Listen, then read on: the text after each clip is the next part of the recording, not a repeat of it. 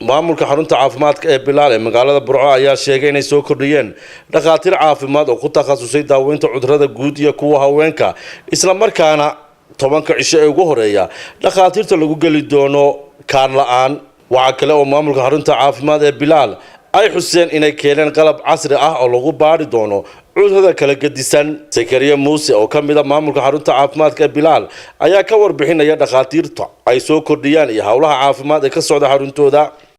dadweynaha gobolka Togdheer iyo nawaaxigiisaba waxaan ugu bushaareynaa bilashada sanadka cusub ee Islaamka inuu Bilaal Medical Center u fadhiyo Dr. Mustafa Aadan Caamir oo daweynaya cudurrada guud ama general medicine-ka uguna shaqeyn doono 10 cisho ee hore si free ugu shaqeyn doona dadweynaha gobolka Togdheer iyo nawaaxigiisaba kaarkuna uu yahay 10 cisho hore si free ay ula kulmi doonaan dhakhtarka taasoo aanu bulshada gobolka Togdheer uga dhignay sanadka cusub ee Islaamka awgi saa hore uga barateen adeeg tayo leh Bilaal Medical Center Burco markastaana uu ka duulayna baahida caafimaad ee ka taagan gobolka iyana waxa jooga dhakhtarkii Dr. Mahad baa jooga ee macdanta waxaan leenahay adeeg tayo leh iyo dhaqaatiir tayo leh iyo dawooyin tayo leh iyo shaybaar tayo leh iyo computer casri ah sida acupuncture-ka iyo ultrasound-ki ayaan idinku shaqeyn doonaa haddaan nahay